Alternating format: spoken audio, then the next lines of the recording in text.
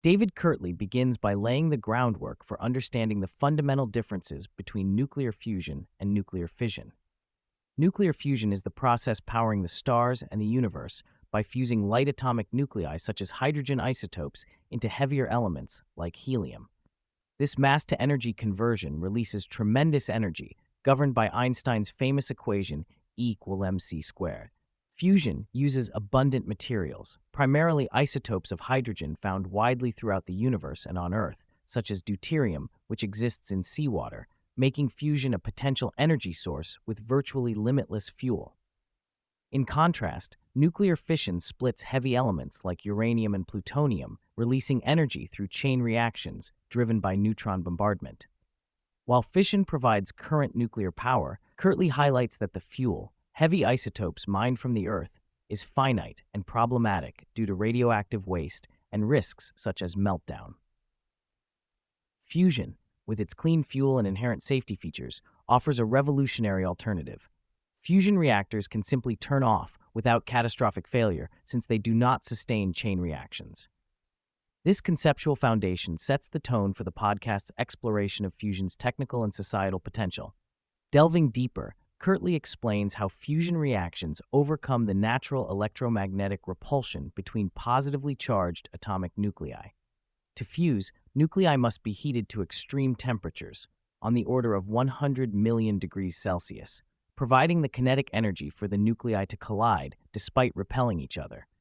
At extremely close distances, the strong nuclear force takes over, binding the nuclei and releasing energy in the process. This delicate balance between repulsive electromagnetic forces and the strong nuclear force encapsulates one of nature's most profound mechanisms.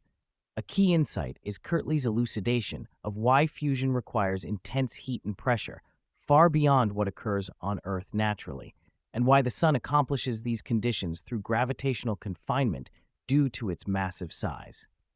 Human-made fusion reactors must replicate this on a small scale using electromagnetic forces, which presents unprecedented technical challenges. Kirtley's discussion underscores that while fission is comparatively easier to sustain at room temperature, fusion demands mastery over extreme physical conditions, positioning fusion as a pinnacle of modern physics and engineering. Kirtley emphasizes the abundance of fusion fuel in stark contrast to fission fuel. Whereas uranium and plutonium used in fission reactors stem from rare mining operations and complex enrichment processes, fusion fuel primarily consists of hydrogen isotopes, which are virtually everywhere, especially in water. He highlights industrially relevant fuels such as deuterium and the rarer helium-3, noting that deuterium alone could supply humanity's current energy needs for millions to a billion years if harnessed for fusion power. The implications of such fuel availability are vast. Kirtley envisions a future where energy scarcity is replaced by energy abundance, dramatically altering civilization's prospects. The fuel's distribution implies that no single country or group can monopolize it, potentially reducing geopolitical tensions tied to energy resources. Fusion's fuel universality and environmental compatibility hint at an energy revolution with transformative societal consequences. A critical theme of the conversation is the inherent safety of fusion power plants compared to fission reactors.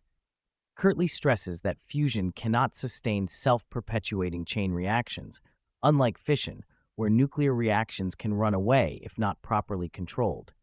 Fusion systems contain only seconds' worth of fuel at any moment, making uncontrolled reactions physically impossible. Even catastrophic physical events, such as a meteor impact on a fusion plant, would not lead to widespread danger or radioactivity release that necessitates population evacuation. He deflates common misconceptions about fission safety, pointing out that modern fission plants are highly engineered to be safe and operate with multiple passive safety features. Kirtley attributes past nuclear accidents more to human error, regulatory failures, and systemic issues than to fundamental flaws in reactor design. Still, fusion's design promises an additional safeguard due to its physics. If the fuel supply is interrupted, the reaction simply stops, providing intuitive and reliable fail-safe mechanisms crucial for public confidence and regulatory approval. Kirtley offers a nuanced explanation of the relationship between fusion, fission, and nuclear weapons, dispelling myths that fusion reactors could be weaponized. He clarifies that fusion power plants cannot be used to manufacture nuclear weapons materials, unlike fission reactors, which rely on fissile materials such as uranium and plutonium that have direct weapons applications. The so-called hydrogen bomb, or H-bomb, although involving fusion, fundamentally depends on an initial fission reaction to trigger the fusion component. Attempts to build all fusion weapons have failed due to physical limitations of current understanding. Remarkably, engagement with non-proliferation experts reveals that fusion development is encouraged by the global security community. These experts anticipate that commercial fusion power could diminish demand for enriched uranium, reducing risks associated with uranium enrichment proliferation. The hope is that fusion's clean fuel and safe profile may decouple energy from geopolitical and military conflicts, fundamentally reshaping international relations in favor of peaceful energy generation. The podcast details the various approaches to achieving fusion, highlighting the stellarator, tokamak inertial confinement, and Helion's own pulsed magneto-inertial fusion approach. The tokamak and stellarator are magnetic confinement devices using donut-shaped coils to create magnetic fields that trap hot plasmas for extended periods. While tokamaks are more common, stellarators offer elegant mathematical solutions but have historically been more difficult to engineer. These devices aim to sustain fusion continuously, maximizing confinement time. In contrast, Helion's method, based on pulsed magneto-inertial fusion and the field-reversed configuration, FRC, is a linear design that compresses plasma rapidly in pulses, combining magnetic and inertial confinement advantages. This approach utilizes rapid magnetic field reversals to self-organize plasma into a closed configuration, stabilized by spinning plasma analogous to a spinning top. The FRC's natural pulsing allows direct electricity generation and easier scalability, making it uniquely suited for modular, efficient fusion power plants. This contrasts with tokamak reactors, which rely on intermediate heat-to-steam conversion cycles. Achieving fusion requires not only creating the right temperature and density, but also maintaining plasma stability. Kirtley explains the notion of plasma beta, the ratio of plasma pressure to magnetic field pressure, which is close to 1 in FRCs, indicating that plasma pressure matches magnetic confinement pressure. High beta plasmas, while promising for energy density, are naturally unstable. Through careful design and rapid ion spin rates, Kirtley and his team have learned to stabilize the FRC plasma configuration well beyond theoretical expectations. Achieving and controlling 100 million degree temperatures is the pinnacle technical hurdle. Kirtley points out that temperature at these scales represents particle velocity rather than thermal sensation. Ions move millions of miles per hour, making mechanical containment impossible. Controlling the plasma on microsecond scales requires cutting-edge electronics and fiber optic networks, managing tens of thousands of switches in perfect harmony. Thanks to modern semiconductor technology and numerical simulation combined with iterative physical prototyping, the team can pulse, compress, and sustain fusion conditions while extracting energy efficiently. One of Helion's groundbreaking advantages is the direct conversion of fusion energy into electricity, bypassing the traditional steam turbine cycle that dominates fission plants and large-scale power generation.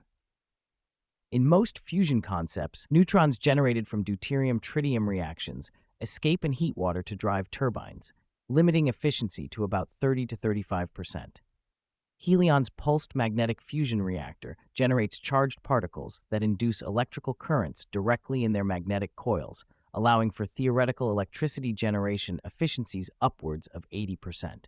This direct conversion drastically reduces complexity, size, and cost, while increasing overall energy efficiency, which is critical for commercial viability. Furthermore, energy recovery mechanisms enable reclaiming about 95% of the energy initially put into the system, something vital for economic operation. This capability also supports the use of advanced fusion fuels like deuterium-helium-3, which produce more charged particles and fewer neutrons, enhancing reactor stewardship and lifetime. Kirtley passionately emphasizes a builder-first philosophy. Rather than waiting years for large, expensive experimental machines, his team pursues rapid, iterative prototyping, building and improving fusion machines on timescales of months to a few years. Helion has constructed multiple generations of fusion prototypes, improving temperature, confinement, and scaling each time. This fast feedback loop accelerates discovery and problem solving. This approach extends to using commercial off-the-shelf components whenever possible, including repurposed hardware sourced from eBay and vertically integrating manufacturing processes. By maintaining on-site component production lines and adopting modular designs with hundreds of smaller coils instead of one massive magnet, Helion reduces lead times and costs dramatically. This scrappy, agile culture empowers the team of engineers, scientists, and technicians to innovate fluidly across disciplines, bridging physics, electronics, manufacturing, and business without sacrificing safety or quality. Looking forward, Helion has ambitious goals, including delivering the first fusion-generated electricity to the grid by 2028 in partnership with Microsoft. This landmark will power real-world facilities with commercial fusion power and set the stage for broader deployment. Kirtley envisions scaling production to an industrial gigafactory level, where fusion plants could be manufactured and deployed rapidly worldwide, particularly supporting energy-intensive infrastructures like data centers. Kirtley also discusses integration challenges with existing power grids and emerging opportunities. Notably, fusion's ability to generate direct DC power aligns well with modern data centers that consume vast amounts of electricity for AI computation. This could allow sites to bypass traditional AC power limitations and boost efficiency. More broadly, widespread fusion adoption could significantly reduce carbon emissions, stabilize energy prices, and redefine geopolitics by removing fossil fuels and uranium supply dependencies, ushering a new era of sustainable energy abundance.